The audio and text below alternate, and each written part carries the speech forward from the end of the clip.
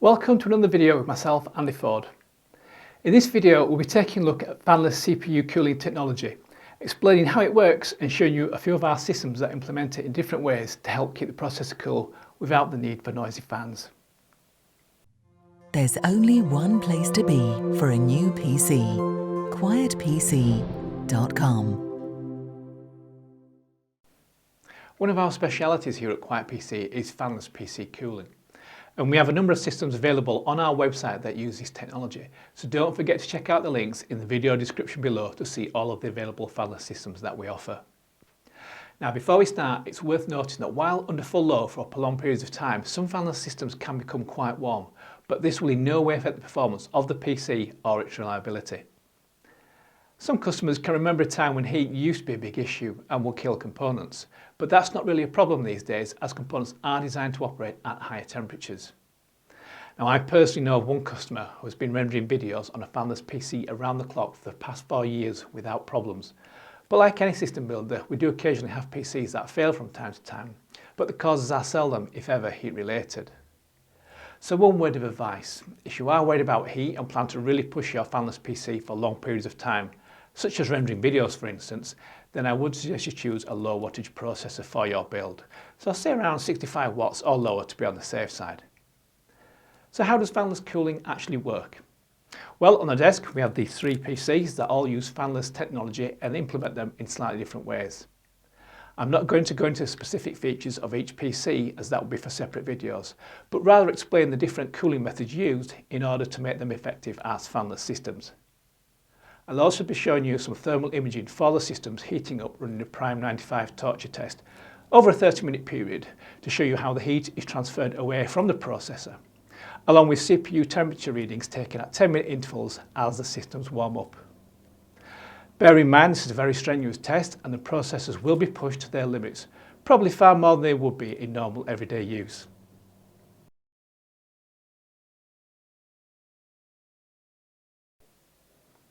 Our first and smallest system is actually an Intel NUC which has been rehoused into this fanless case, so let's start with this. Now on our website you'll find this system as the UltraNUC Pro 7 fanless system, and I've linked to that and the Newton fanless case in the video description below. This is the simplest of the 3 fanless cooling methods that we use, and the way this system is kept cool is by the clever design of the case. The PC is upside down so we can take a look in the underside of the case, which is where we mount the motherboard. When the motherboard is screwed into the chassis, the processor is pushed up against the thermal pad sitting between the processor and the top of the case, and this helps ensure that the heat is conducted to the case where it then radiates through the fins into the surrounding air. Now let's take a look at a short time-lapse video of the system heating up through a thermal camera over a period of 30 minutes where we can see this heat transfer in action.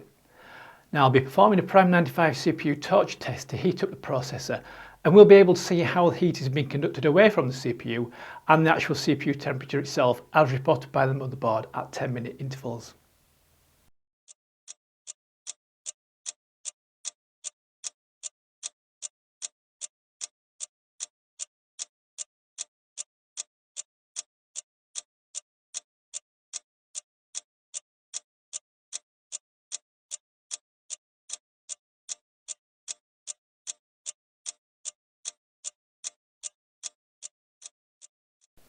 This particular 7th generation i3 NUC uses a 2.4 GHz 15 watt processor, and even under full load for half an hour the maximum temperature reached was 58 degrees centigrade.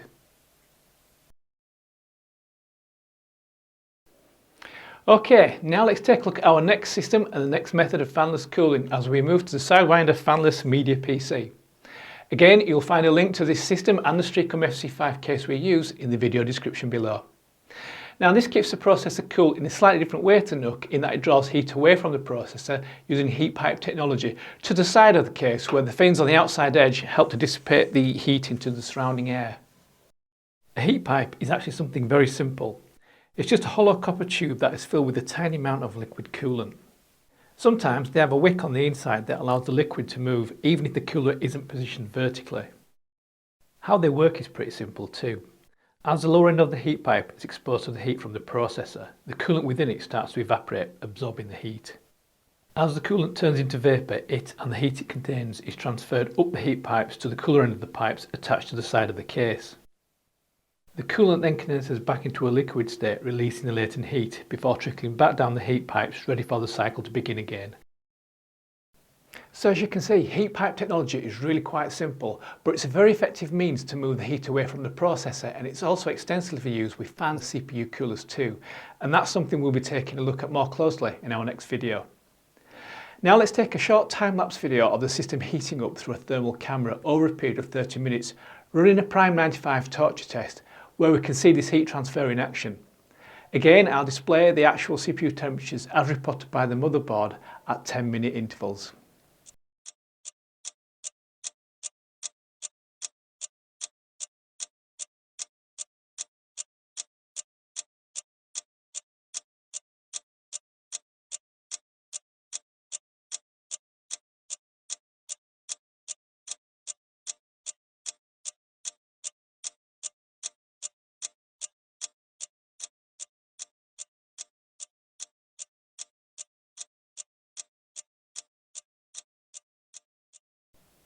Now this Sidewinder system uses a Core i5-7600T 35W processor, and under full load for half an hour running Prime 95, the maximum temperature reached was 67 degrees centigrade.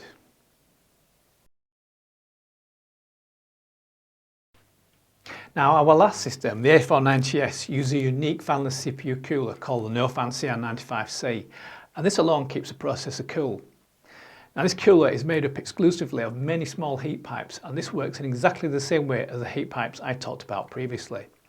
But rather than transferring heat to the side of the case, the heat is merely transferred to the upper part of the cooler, where it then escapes through the ventilation grill on the top of the case. Now despite its size, this cooler is quite light, weighing in at just over 750 grams, and the cooler can handle processors up to 95 watts. But as I mentioned earlier in the video, if you are concerned about the system getting too warm under prolonged periods of load, then I would recommend using a processor of around 65 watts or lower. Now, as well as the CR95C cooler, we also have the CR80EH, and this is a smaller version of the CR95C, and this is rated at 80 watts. But again, if heat is a concern to you, then do consider using a processor of around 65 watts or lower with this particular cooler. Now, I've linked to both the A490S system and both of the Nofan coolers in the video description below. So right, let's put the system on a Prime 95 torch test for 30 minutes and watch a short time-lapse video of the system heating up through a thermal camera. And that'll show you how the heat is transferred away from the processor using this unique fanless CPU cooler. Again, I'll display on screen the actual CPU temperatures as reported by the motherboard at 10-minute intervals.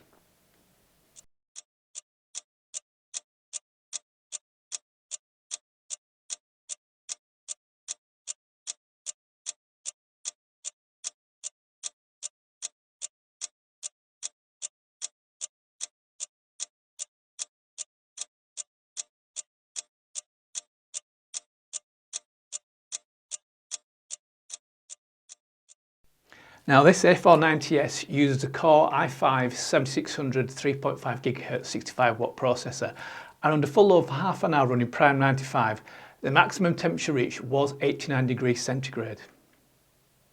To summarise, the three main fanless cooling methods we use are: 1. Direct CPU contact with the case. This is a simple but effective form of fanless cooling, and it relies on direct contact of the processor with the case to dissipate the heat. 2. Heat pipes to transfer heat to the case. Where direct CPU contact with the case isn't possible, heat pipes are the next best solution and are used to transfer heat away from the processor, usually a short distance to the side of the case. 3. Heat pipe only CPU coolers.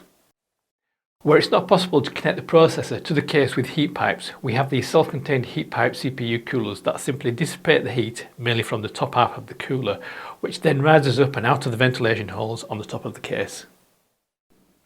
Well, there you have it, an overview of the three main ways in which heat is removed from the processors in our fanless systems. Now stay tuned for the next two-part video special on fan CPU cooling, where I'll explain how it works and also how to choose a suitable CPU cooler. Thanks for watching, stay tuned, and I'll see you in the next video.